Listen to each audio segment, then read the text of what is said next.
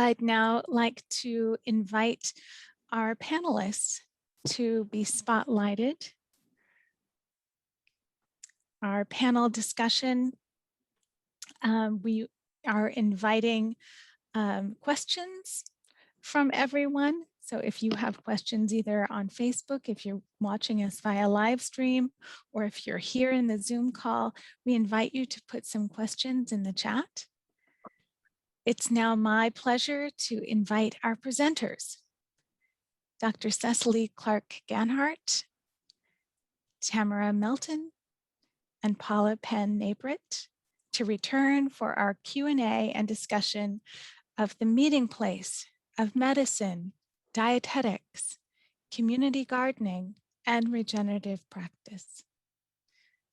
I'd also like to remind everyone, please no personal, medical, or diet-related questions in the chat. Welcome, friends. Let's make sure everybody has a spotlight.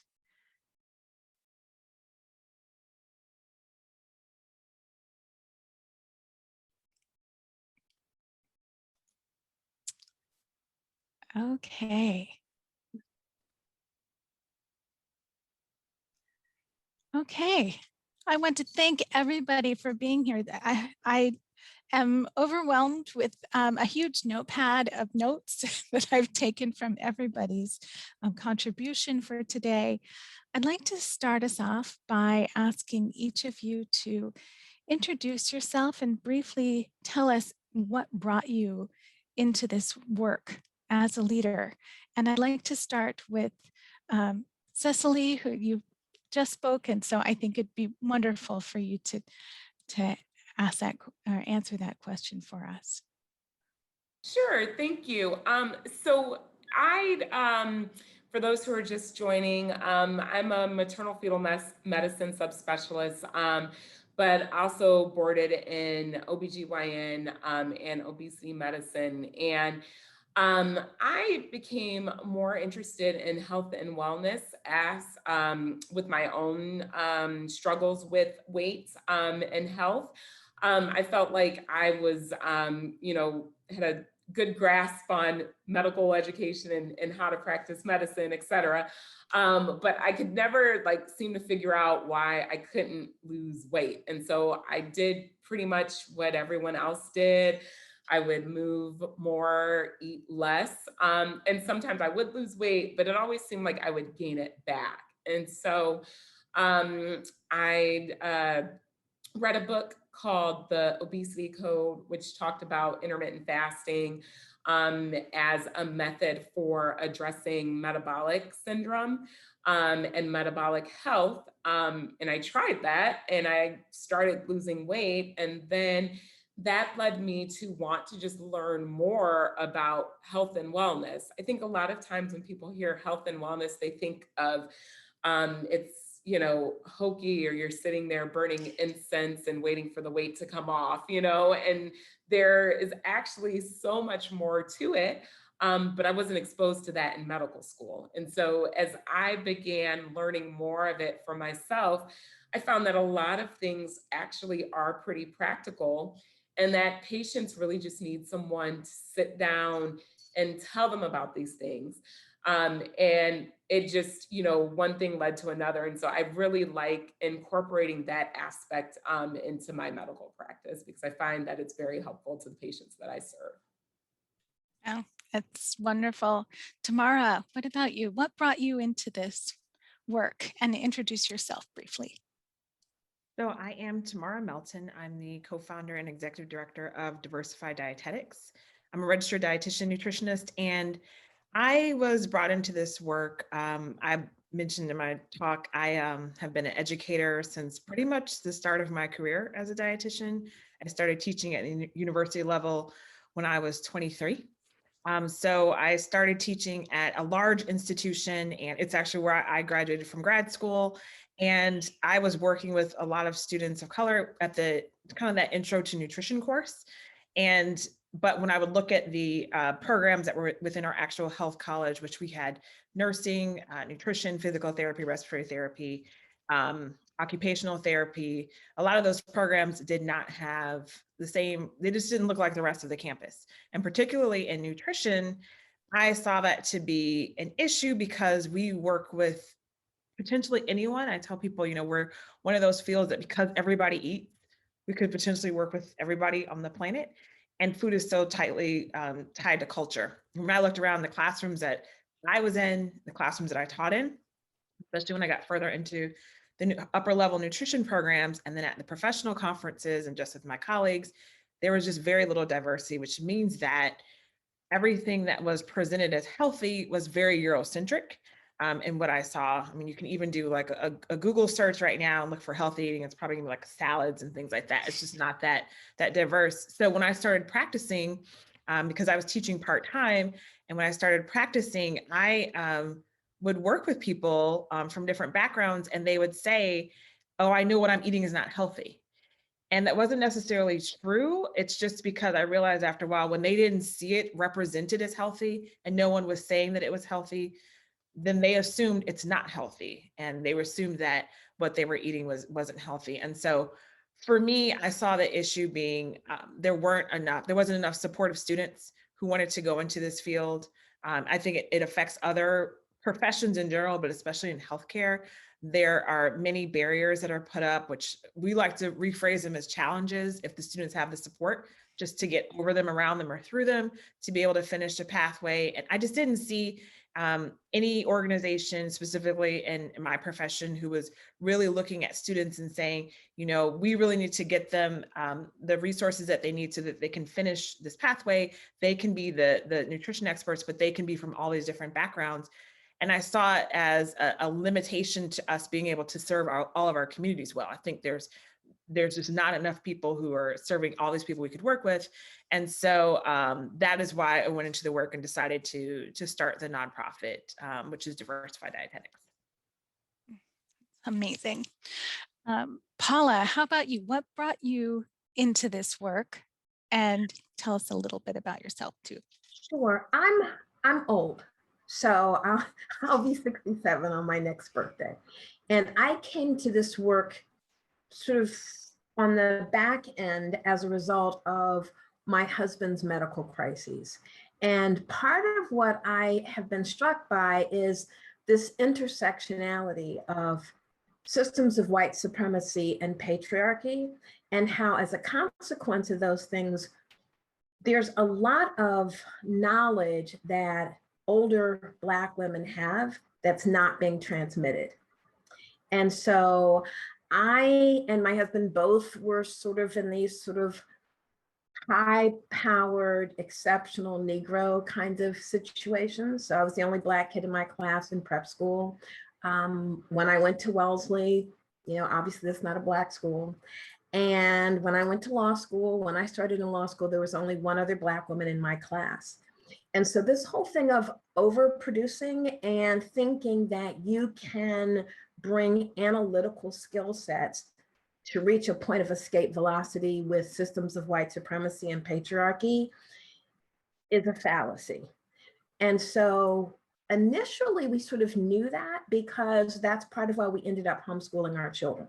That whole idea that you can't dismantle the master's house with the master's tools, right? So we had already looked at, in my primary business, we do demographic research and statistical analysis.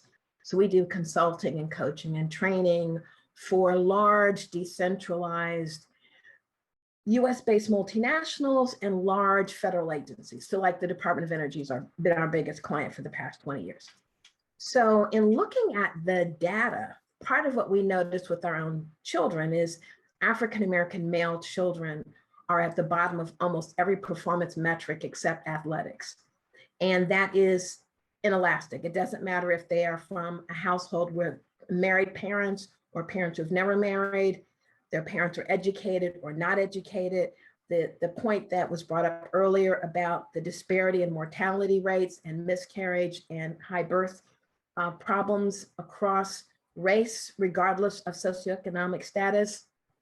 So those were data points we were aware of, and that fueled our decision to maintain a garden so that we were having some control over what our children ate. It was part of why we made decisions about homeschooling them until they went to college. So we homeschooled our kids until our older two, Damon and Charles, went to Princeton. The baby, stop saying baby, he's 38. The youngest went to Amherst. So quantitatively, really clear data points, clear strategic plan, implementation strategies. But when my husband became sick with diabetes, I was completely unprepared for the disparity in treatment that he was afforded. And the number of times that I had to be the evil law school Paula that nobody likes, the person who had to say, I'm calling the hospital. In fact, I've already called the hospital administrator. And we're going to talk about this rate of medication. We're going to talk about that. And the number of responses that people with the straight face said, this makes me feel really bad that you're saying this to me. I was like, and you really think I care? That's what was like, my husband is dying because of your negligence, and your response is, you're making me feel bad. So the whole issue of, so at one point, he was on dialysis and had literally 25 prescriptions. So my sons and I decided we were going to do our own research. We reduced that to 4 prescriptions. And he actually came off of dialysis. He was off of dialysis for 5 years, which everyone, including his sister, who is a physician and a good friend of mine, because I knew her before I met him. And she said, nobody ever comes off dialysis. It does not happen. It cannot happen. But part of the thing that we've been looking at is this next book that I'm working on, God Ingrains, The Power of Prayer and Proper Nutrition. I think that we lose sight of the fact that everything that is really needed is in fact in the earth, right? And the less involvement people have with it, the better off you are. So I knew that on some level, because again, I nursed my children until they were a year old. Charles did not allow our kids to have meat before they were 3. Our children were in preschool before they knew that juice was not green. When I would cook vegetables, I just saved the liquid and refrigerated it. And so that's what they had for juice. And then they were like, you know what, Mommy? It has apple juice. Did you know that you, I was like, really? Who knew? Where's my shock face? So I sort of knew that with my children. I didn't realize how much these medical disparities happen. And the thing that was also parallel to the legal profession, right? So Black people who are involved in the legal profession know the problem is not just police, right? The problem is prosecutors, right? The problem is judges. The problem is industrialized prison systems. And we also know, even though we don't talk about this openly, we also know that frequently when people of color come into these professions, they often become more Philistine than the Philistines. It's parallel to how women talk about patriarchy and don't acknowledge. Now, hopefully this isn't as common as it used to be when I was a young woman coming out of law school, in which women would openly say, I can't work for a woman. You know how women are? Like, all my best friends have always been guys. I don't know, maybe other women were jealous of me. Really? Have you ever heard a man say, all of my friends are women. I've never had any male friends. Maybe other guys were jealous of me. And man might say, I can't work for that man. They don't make it a universal. They don't say, you know how men are, because men think they're okay. Yeah. Women have internalized a lot of this. And similarly, a lot of people of color have also internalized systems of white supremacy. And we see it fall out along levels of socioeconomic status. We see it fall out along issues of color. right? We have real issues about what kind of hair people have, how dark they are, what their body type is.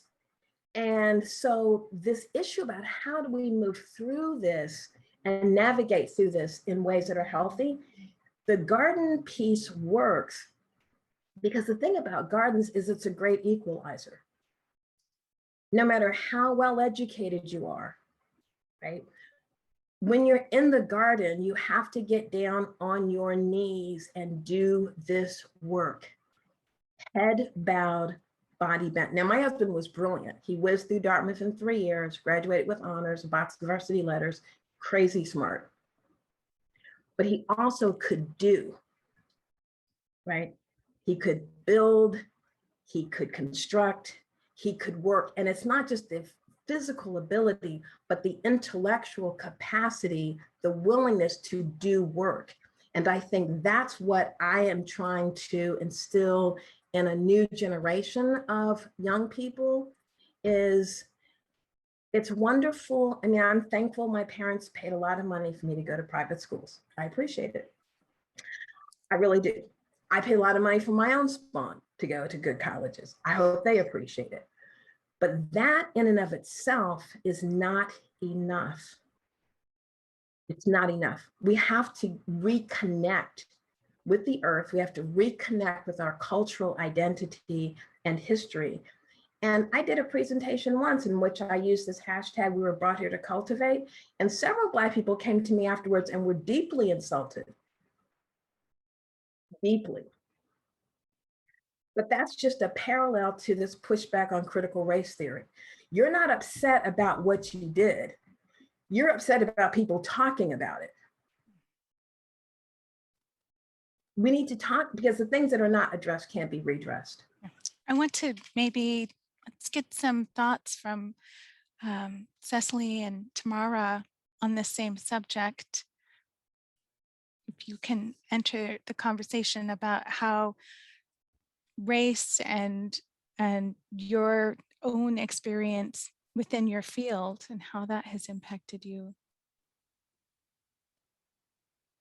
Yeah, I mean, in terms of just paralleling or echoing many of the points that have been made, I mean, we see this, unfortunately, in healthcare play out day in and day out. I mean, patients are labeled difficult, or patients or, you know, sometimes explanations aren't in as great of detail for patients where English isn't their primary language because, well, will they understand all that I'm saying anyway, you know? And so then they're under, I mean, I can't tell you for especially, I mean, goodness, it can be any particular group, honestly.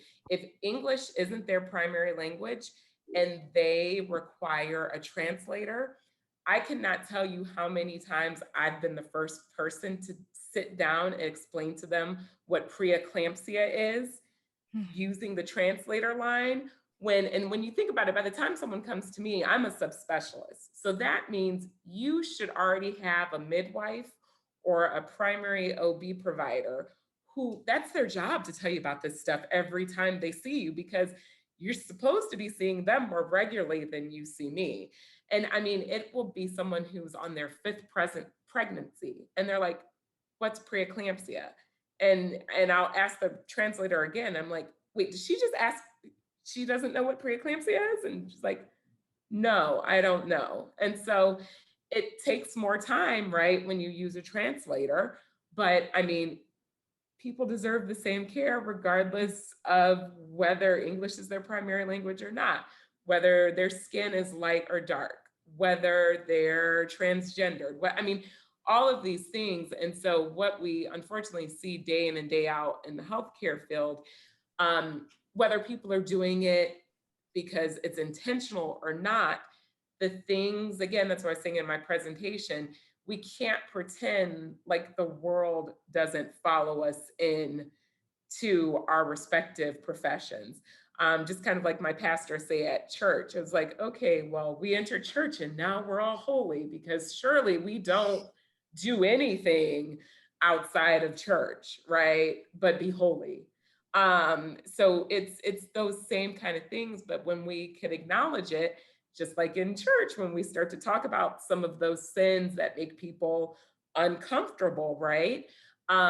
We have to talk about those offenses that we're doing, whether we know it or not, in our day-to-day lives, because these are things how then, you know, healthcare inequities and things like that start to play out over and over again.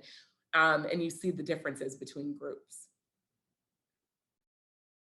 We definitely see it in the field of nutrition and food, because that's the field that we're in, is whose food ways are celebrated, are accepted. I think also, as Paula was saying, you know, not wanting to have conversations about why certain foods are where they are, even in this country. You know, I live in the Deep South, and having a conversation with colleagues who are here to even explain, you know, why do we have some of the foods that are clearly tied to West Africa, and how did they get here? They didn't just land over here out of the sky.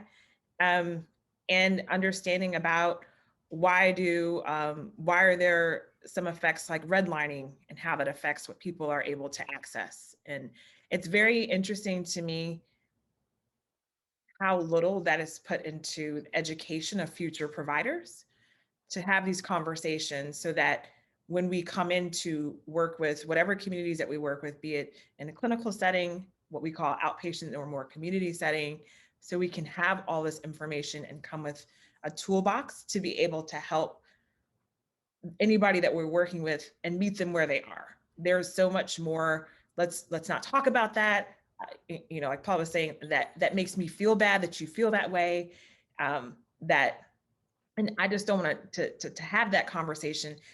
That was hundreds of years ago, when we can see exactly today that it's affecting people, and even people who don't understand why they are in the spaces that they're in. They've been told their whole lives, it's their fault, it's your ancestors' fault, and that's not it. There are structures that have been put into place, especially in this country, but all around the world, that are the reasons why people have the health that they have, or have the access to the food that they have. And as I mentioned too in my talk, that when people don't see their food represented, it says to them there's something wrong with it. When people don't see, like Cecily was saying, when people don't see their body size that's represented, when they don't see their hair that's represented, it says to them that's not the right way. And we may say it's, we may not say it, but the absence of saying things is saying something to someone, and it's telling them that their way is not accepted. It's not appropriate, and it's not the way that they should be going, even though their grandmothers may have it. And it's so interesting that we're having this conversation about our ancestors.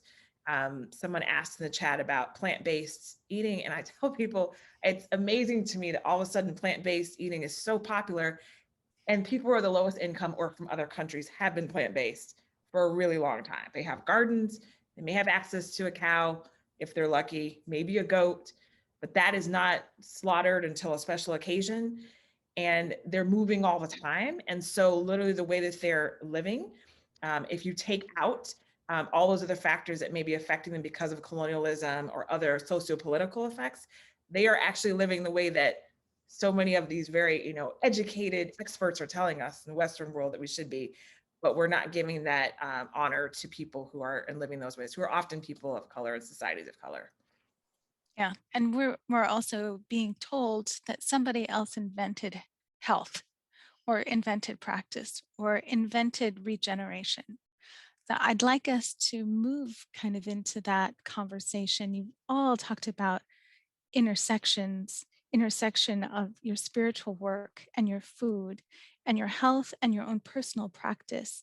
And I'm wondering if we can talk about how you see regeneration in the space of food and of the space of medicine and health, how that plays out for you. Paula, would you like to start us off on regeneration? Sure. I think one of the things that I've been thinking about with regeneration and some of the research that I'm doing is really looking at regeneration in a holistic level. So part of that is really coming to grips with past trauma. So I think that post-traumatic slave syndrome is an issue, and not just for the descendants of formerly enslaved peoples, but also very much so for the people who are the descendants of people who were engaged in that behavior and who have profited from that behavior. And so I think that it's a parallel to, there's an interesting body of research that's been done on second and third generation descendants of Holocaust survivors and DNA markers of stress. And what I think is significant about that is the Holocaust, if we sort of track that from when Adolf Hitler was elected Chancellor of Germany and continue it until the end of World War II, that's less than 20 years. That's one generation. And yet the trauma of domestic terrorism, which is different from the trauma that might happen as a result of being engaged in military conflict. We know with military conflict, there's going to be residual trauma, and one knows that before one engages, right? You know that you're going to see bad things, do bad things may happen to you because, well, it's war. That's traumatic, but it's very different when someone who was your neighbor comes to your house, takes you and your kids and puts you on a train and then puts you in an oven. That is a whole nother kind of trauma. And that kind of domestic terrorism in 20 years was significant enough that we now see DNA markers of stress in second and third generation descendants.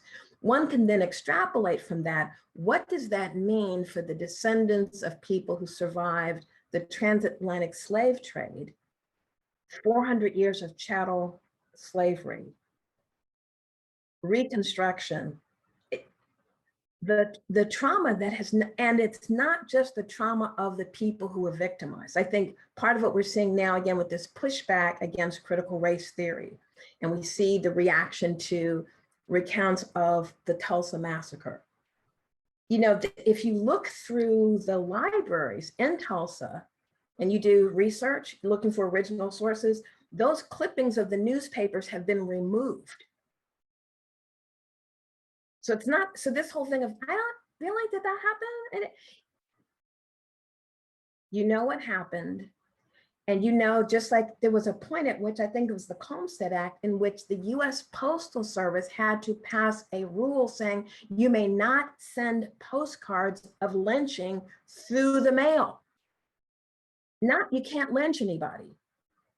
Not you can't take pictures of you and your kids standing in front of a charred human body, but put it in an envelope when you mail it. Anyone who brought their children to a public lynching, and there were a lot of people who took their children to public lynchings. So when we talk about regeneration, part of what we really need to talk about is how do we as a society regenerate ourselves, those of us who are the descendants of people who were engaged in that behavior, as well as how do we bring new Americans into this process? Because, you know, a lot of people immigrate to the United States and they drank all the Kool-Aid, all of it. They drank all the Kool-Aid, and the whole problem is you Black people just don't work hard. We really are going to have to do some very hard work about who we are and what we've done, because we can't, to go back to the church issue, even Jesus requires confession. You can't come to the Lord and say, you know, we all did some stuff. You need to confess, and then you have to repent, and there has to be true repentance. Not I'm sorry, I got caught, this makes me feel bad, but a turning away. And we as a nation cannot regenerate ourselves unless we are prepared to turn away from this past behavior. So that's my spiel on regeneration.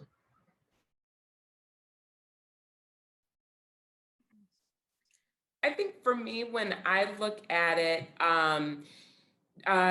there's so many different angles, right, in which you need to approach it. And so how I've kind of focused on the part that I think I can play is just realizing when it comes to health, that everyone deserves health regardless of your racial or socioeconomic or gender identity background, like wherever you're from, health is a right. Like we all deserve it. And so the thing that I like to do is to see how can I help make health accessible to whomever, and so I think that's what drew me initially to intermittent fasting, honestly, because to me I feel like, and yes, there may be a few reasons why some people may not be able to do it, but by and large, most people, that's something, regardless of your status, your classification, whatever, we should all be able to do that. When we talk about, just how how cleansing that can be, just to give your body a break from food and let your body actually heal itself. I think that's a perfect example of restoring, right? Or regenerating. And so we can do that ourselves.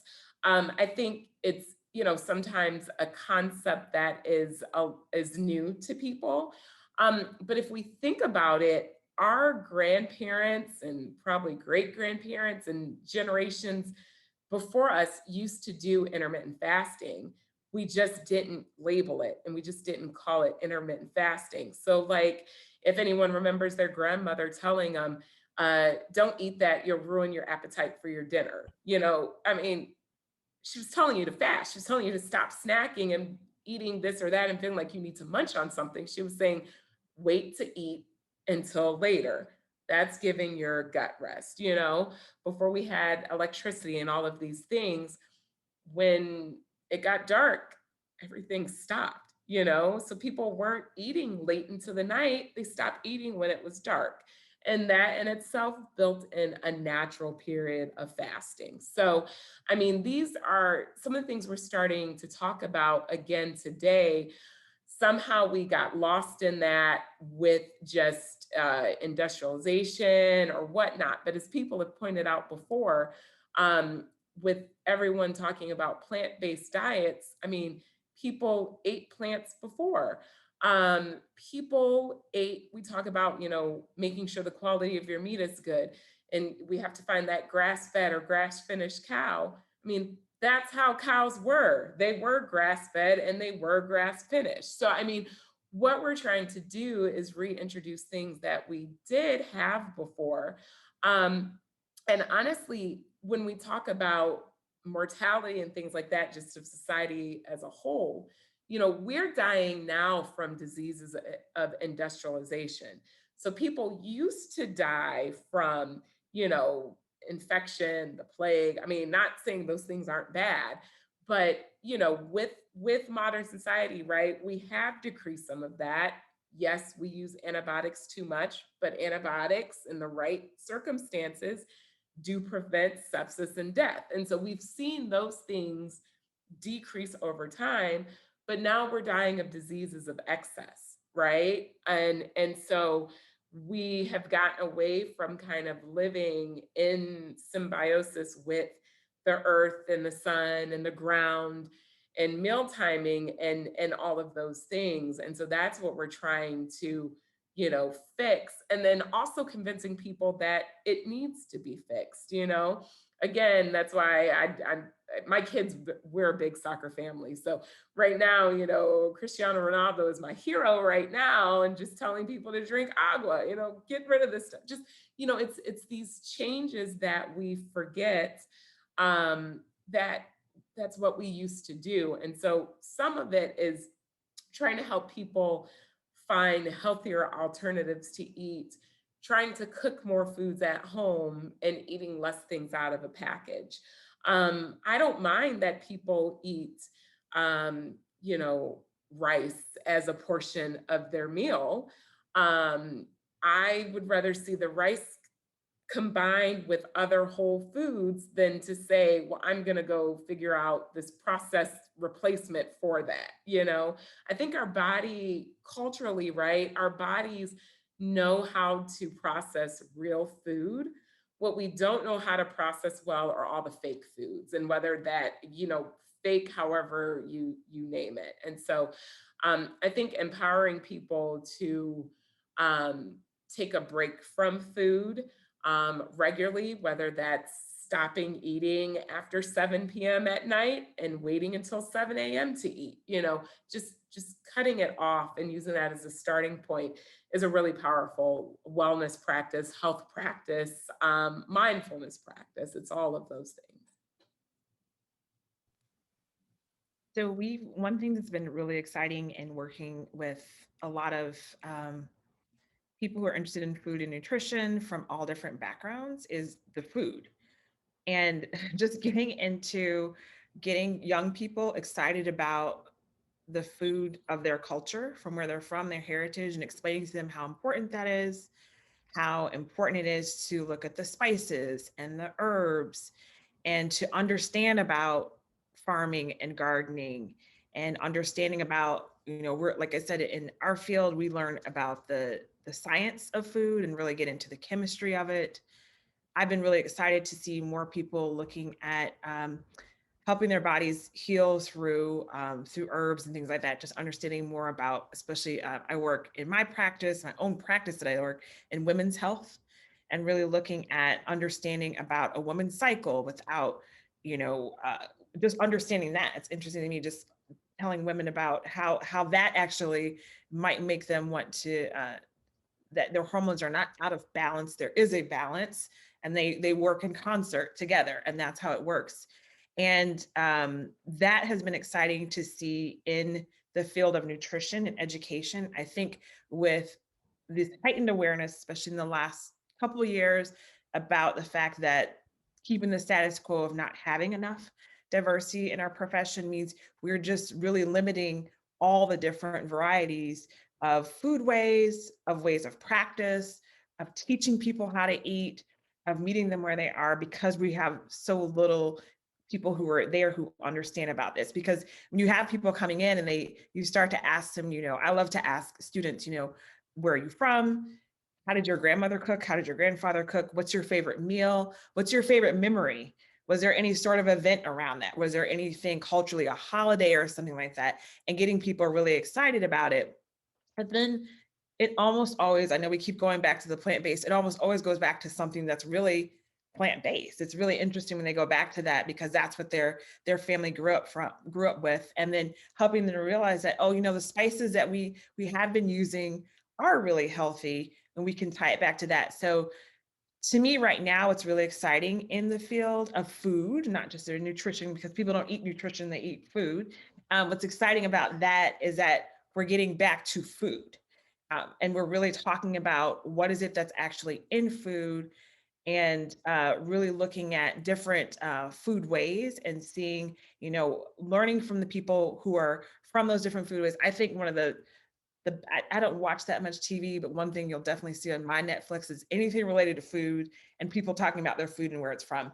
Because to me, that's the best way to learn, to be able to support any community that I'm working with, because it is, it's just so much more than just food. It's so much more. It is, like we talk about, a spiritual connection. It's their mental health, it's their emotional health. It helps them to realize that no matter where they're from, they have something that should be honored, and it's something that should be celebrated.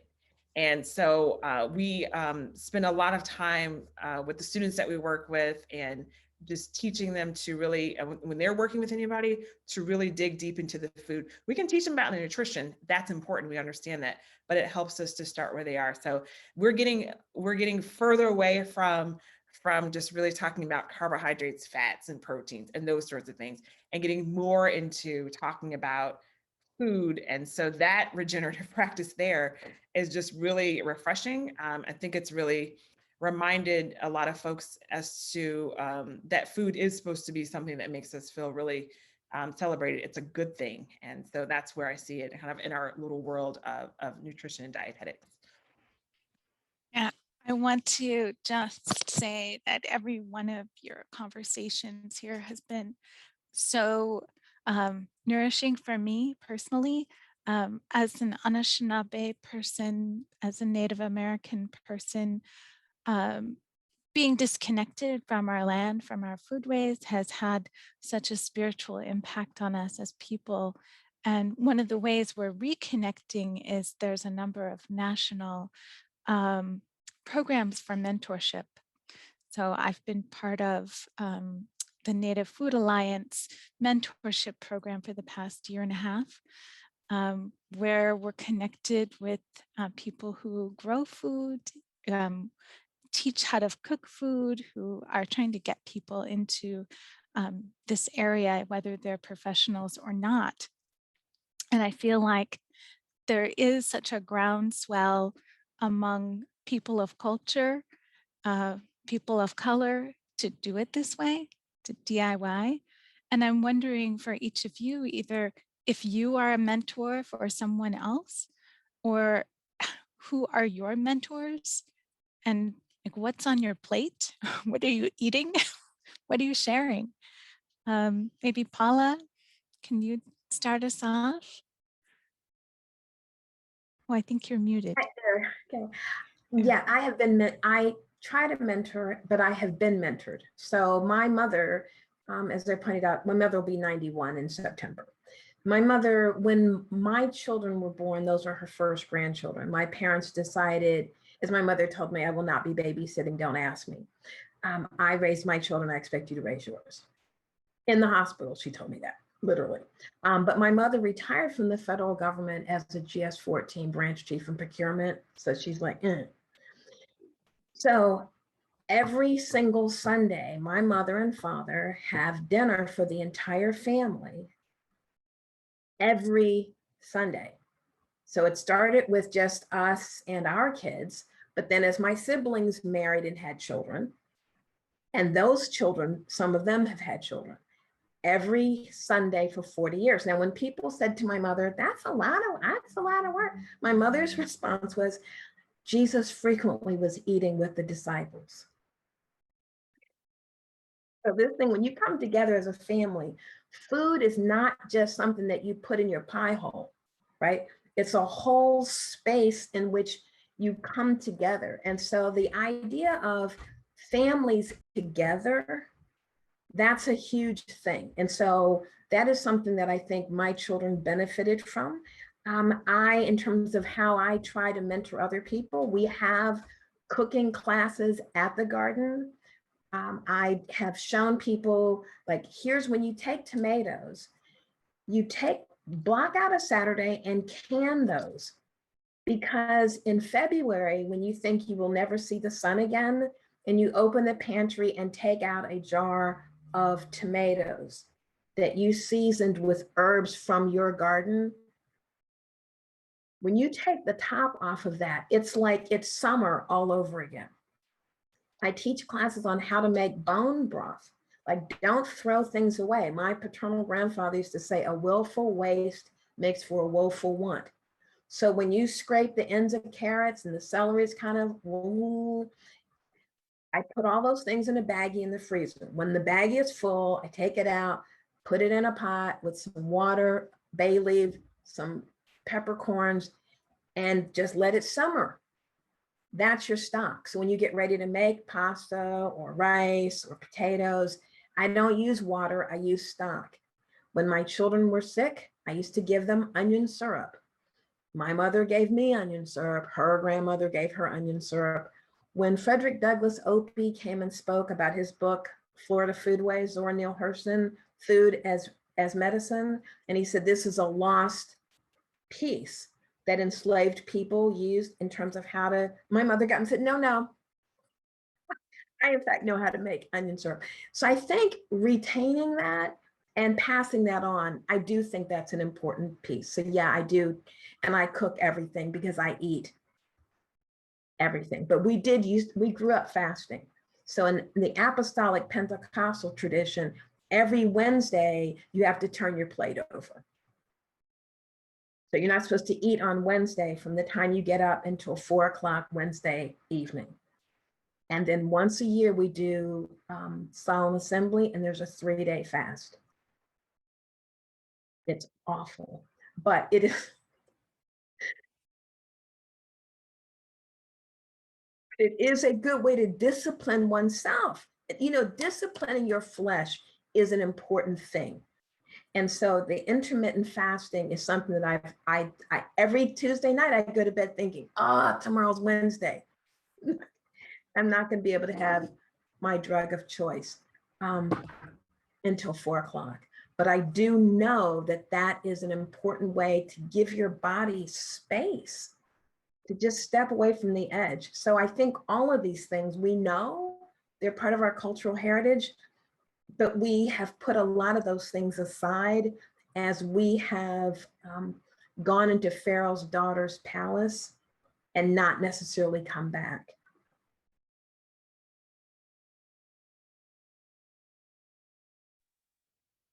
No, I think, again, I echo a lot of what you said, and I'm just reading some of the comments too as we go through. And when we talk about fasting, Shakira is also pointing out, Muslims fast regularly for Ramadan. Dawn has already said that in her culture, there's lots of fasting. I mean, I think once we like break it down, you'd be hard pressed to tell me a culture or faith that did not practice some form of intermittent fasting. I really can't think of any, now in modern society, yes, many of us don't practice it anymore like we should because we've rationalized why we don't need to do it, or that was a thing of the past, or it's not sophisticated, like whatever reason you want to use. But when we get back to just at its core, many different groups of people used to do this regularly. In terms of when we look at different mentorship or being mentored, in terms of just wanting to learn more and really doing things differently, not letting kind of like what people around me tell me I should do, but looking past that or reaching for things that I really want to do for whatever reason that is. I'd have to say that's my parents, my mom and dad, my great aunt who turns 105 this year, who lives independently. She always tells me, even as I'm starting my own medical practice, I've been talking to her about this for 3 years, and she was like, well, nothing beats a failure but a try. So she's like, you're not going to know if you can do it until you actually finally say you're going to do it. I'm like, but it's hard to have your own medical practice. She's just like, well, you should try. And so, just having people, my husband, just a good core of people who were always like, whether they thought it was a good idea or not, because my parents will definitely let me know if they think what I'm planning is a good idea or not, but always still being there to support my decisions, even if it wasn't the decision that they would make. That's huge. And, for just having that community of support, my husband also serving as a role model for our kids, and just in terms of really fostering me to try different things. I think that is key. I've had also mentors in the medical profession. My residency program director, I trained for residency in Flint, Michigan. And I will say that in DC as well, I will say, but Flint was the place where I saw doctors of all different positions that looked just like me.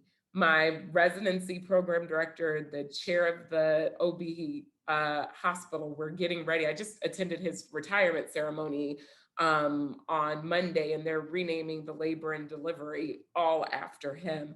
I do think, again, representation matters, and just seeing that and knowing that there were all of these different physicians that looked like me that actually owned their own medical practices in Flint and were successful.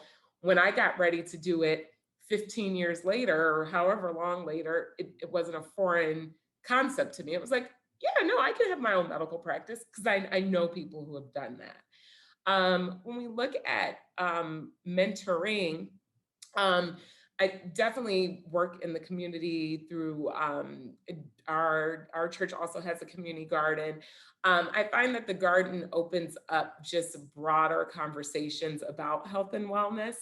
I think once you start to learn one aspect of health and wellness, you're open to others. And then also mentoring people, not only to look at your health practices from your culture, but also to look at the health practices of other cultures. I've started incorporating over the last few years different greens. So, I mean, people look at me strange. I eat dandelion greens. But my friend who is Korean tells me like her parents and grandparents say you can hardly find dandelions growing in the wild. There are other places 'cause people will pick them and eat them versus in the United States, we spend how much money trying to kill the dandelions out of our yard, right? Looking at things like turmeric, there's anti-inflammatory properties. But people may say, well, why would you cook like that? Don't usually cook with turmeric. But then if we get back looking back into history, some of the things that we've lost, you'll find that turmeric was used by a variety of cultures, not just one. Lots of people used it. And so I think also just telling people, to remove whatever self-perceived notions that you have. I can tell you, I've probably heard every culture under the sun say, well, we don't do that. And it's like, well, do you not, or is that a part of your teaching that was lost through over time? And so I think teaching people also to have that open-mindedness to obviously explore your culture, but also exploring the culture of others, because you can find things that are very enriching from different people that can help your own health and wellness. So I personally do a lot of mentoring, working with students. So that's kind of, you know, um, a lot of the work we do. We have official mentoring programs and unofficial mentoring, and um, which I love because, like I said, when you work with students from all over, I think that teaching, I always say a teacher is a facilitator of learning. You're going to be learning from in both directions, all over the place. I always learning things from my students, working with them. And a lot of that is about food. So before I decided to become a dietitian, I was actually on track to go to school to become a chef, headed to Johnson & Wales to go into culinary. So my if you haven't noticed that, I'm rooted in food. Like that's that's where the love came from. I decided to switch and go to nutrition because my grandmother was diagnosed with diabetes, and we had a conversation one day, and she told me that nobody told her what to eat, and I asked her, well, who are the people who teach you what to eat?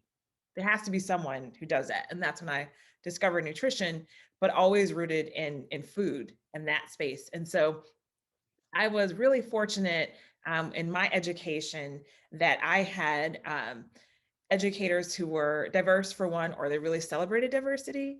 And when my family, my father's from Trinidad, my mother's African American. So we grew up eating all different types of foodways or different types of food. My absolute favorite dish ever is roti. That just reminds me of home because that's what my mom cooked. She learned how to cook that from my dad, and that's a very traditional Trinidadian dish.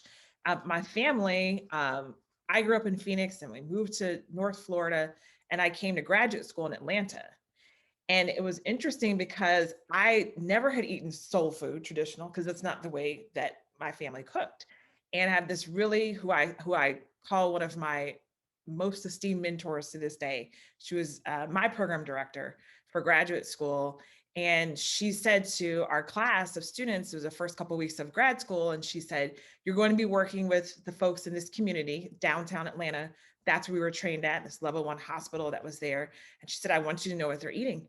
And I appreciated that she didn't look at me as one of the only Black students in the room and assume I knew what people were eating in the South. And she took us to this local market. It's called the Sweet Auburn Market in Atlanta.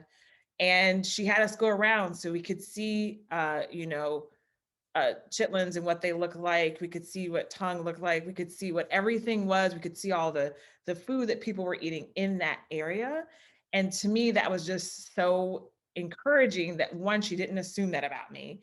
And then two, she didn't ask me to talk about what my family ate as if I was to train my classmates, because that's not even where I was from. But then she also gave all of us the opportunity to learn there. And from there, she really was the one who drove us to always start with asking people what food they eat and the culture around it. Is it special celebration? We talked a lot about fasting. We talked a lot about, because it could be someone's religious beliefs. It could be cultural beliefs. It could be whatever it is. So really starting from there and then going in that direction. And so I've carried that all the way through in my practice, is really trying to make sure that I'm rooted in food.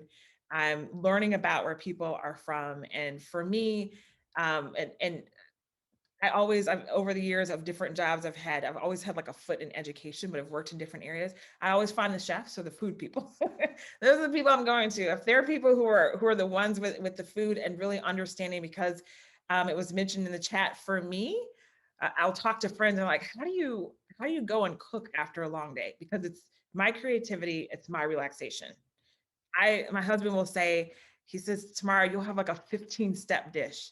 And that's what I love. I do want to have, and my girls know that we'll marvel, look at this kale. My mom just came over today to get some basil from our garden and some kale, and we're all outside marveling over this. So to me, it's just really that rooting in the food and taking the time. You know, the one thing I think a lot of people, hopefully, I hope they retain from the time during lockdown was, if they did start a garden, or if they did learn about food, or if they did just spend the time with it. And so for me, all of my mentors have been one who really celebrated that time and food, and really celebrated getting to know other people and where they're from through their food. And so that's what I hope I impart with anyone that I mentor as well.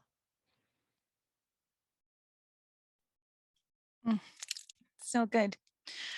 And I'm hungry.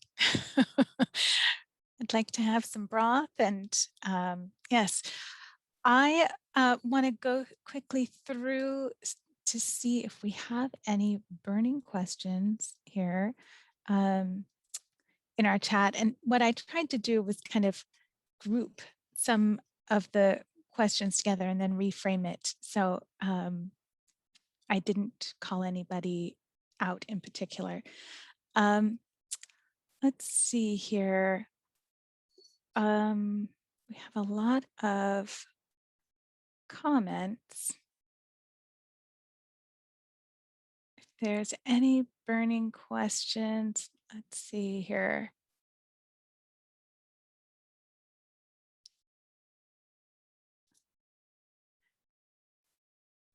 Okay, so I'm wondering if we can maybe wrap things up and talk about what you each might want somebody to come away from this conversation that we're having here today with. What's kind of your main lesson? Because you each have such incredible gifts. And I want to say from me, my gift to you is that in our Indigenous worldview, in our Indigenous languages here, we call this place Turtle Island. And we do so because of the shape of North America. And also, that's not the only reason. We also call it Turtle Island because turtles represent the feminine. They have these 13 sections on their backs, which represent the 13 moon cycles that we go through. They also are both land and water. They connect us with our sacred womb waters. And the fertility of this land that has given so much is it's led by women. We are on land and soil that is matriarchal. So I want to give you that gift in knowing that we are here today coming from very fertile land where women lead and where each of you have shown such incredible leadership. And so if there's something that you can give to everyone, I would very much appreciate it. Maybe Paula, start us off. I think well, first of all, thank you for that gift and that information about Turtle Island. I think the gift that I would like to give is the power to create space I think that creating a space for excellence, creating a space for restorative justice, creating a space of integrity where we can say to each other, this is problematic. This is our part of our shared history that we can't gloss over. We need to talk about this. And I think that's important. I think it's important as women in particular, that while we aspire to whatever our individual career and professional goals are, that we don't let go of the work of women. So the idea of cooking, one of the things that, again, so my mother was an example and a mentor for me. And my best friend, Liana Asim, who's a brilliant writer and a playwright, but she has 5 children. And one of the things that Liana said to me years ago was, she said, usually people say the blessing when they're about to eat. She said, when she's planning a meal, as she takes each item out of the pantry or each item out of the refrigerator, she prays over that ingredient. Make this a blessing to my family. And I think as women, that to me is our gift, is that we have this power to imbue our loved ones with food that we prepare in love. And I do like complicated recipes sometimes. I mean, sometimes I like to just make a pot of greens. Like last night, I was just like, I just needed some greens. I made a pot of greens. But sometimes we had a death in our church last week, which was heartbreaking. And so I got out my pasta machine. I mean, so I made lasagna layered with spinach. I like the idea of food as a way of showing love and concern. And my prayers are in that food, right? My prayers are in every sheet of that pasta was coated with prayer. And I that's what I'd like to leave people with, is that we have that power to do that.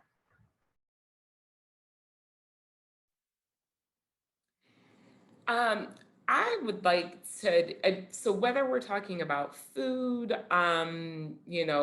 social justice, connections with people, fasting, whatever it is, something I read recently that really stuck with me, and so I'd like to share that with you all. Sometimes we get frustrated, or that, we feel like we're putting all this effort into things, and we're not seeing it make an impact, and you spend time connecting with people, and you do this and you do that, and you can't see what's going on. And so even when you connect with that just one person, or you're like, oh, what is this going to do? While you may not change the world by reaching one person, by taking the time to reach that one person, you could change the world for them. And so as we continue to do our different mission statements or things like that, whether it reminds me in a busy day, take the extra 5 minutes for that patient. Or if it's, looking at a course, or, you can apply that thought to anything that you do. It's that, yes, you may never be aware of what the fruits of your labor were, but don't think that you're not making an impact for those people that you really take the time to connect with. And that's what I'd like to leave everyone with today. So we kind of touched on it a bit about, Cecily, you mentioned about our bodies healing themselves. In working in practice with people, it's interesting, especially with women, that people have gotten out of touch with their body. They don't know, they don't know what to do with hunger. They don't know the absence of hunger. They don't know what to do with being tired. They don't know how to rest. And I would like to give people the gift to know that you do know how to take care of your body. One thing that when I worked with clients is having them watch children, and children are the best people to watch for curiosity and learning and how they nourish themselves. They'll eat just enough. They're very curious. They are slow eaters because they're taking their time, and they're really inquisitive, and they want to ask all the questions about it and everything. That was all of us at one time. And it's just society that trains us out of it. And so I think that everyone has, if they're able to take the time, they sometimes have to get someone to help them with it. You can learn what you need to heal yourself. And that is sometimes we talk about healthcare, and people thinking that it has to be outside of it. Absolutely. I'm a healthcare provider. We have healthcare providers here, and we are there to support you, but you are the person who knows best about your own self and what you need. And I always like to give people that because I want them to know that they have this power within themselves, and their body is created to heal itself. And we have everything we need here for it to heal. So I just like people to remind that. So listening to your body is really important. Sometimes it's rest, sometimes it's being around other people, sometimes it's, you know, putting your feet in the grass, whatever it is, or feeling the sun, but you do know what you need. And so don't let anybody tell you that you don't. And that's what I'd like to leave people with. These are such beautiful gifts, and much gratitude to each one of you.